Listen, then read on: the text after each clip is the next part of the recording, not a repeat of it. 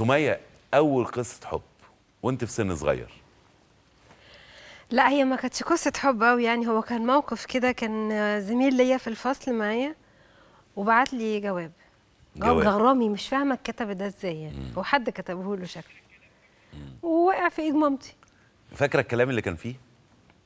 أنا بحبك قوي وما اعرفش ايه، وبحب أشوفك كل يوم وحاجات كده يعني. الله جميل. والله حاجة كده. فمامتي شافته وأنا اتكسفت قوي.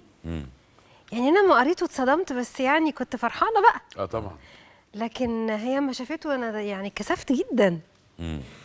انه قعدت تضحك، يعني ايه ده، ازيك يكتب جواب ازاي كده؟ واحد يكتب لك جواب وأنت في السن ده بس يعني؟ تاني يوم ضربته علقة. لا والله. حياة ربنا. أنت اللي ضربتيه؟ ضربته مع اصلا، إن أنت حطني في موقف قبلها بيوم حرج. خدت منه الجواب. بس يعني حطني في موقف حرج يعني. ازاي تقول لي بحبك في الجواب؟ ما أنا أيوة. واقفة قدامك.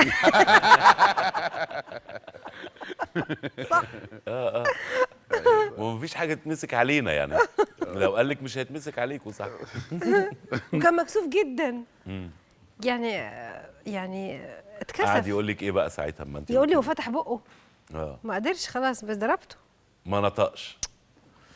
طب ماجد،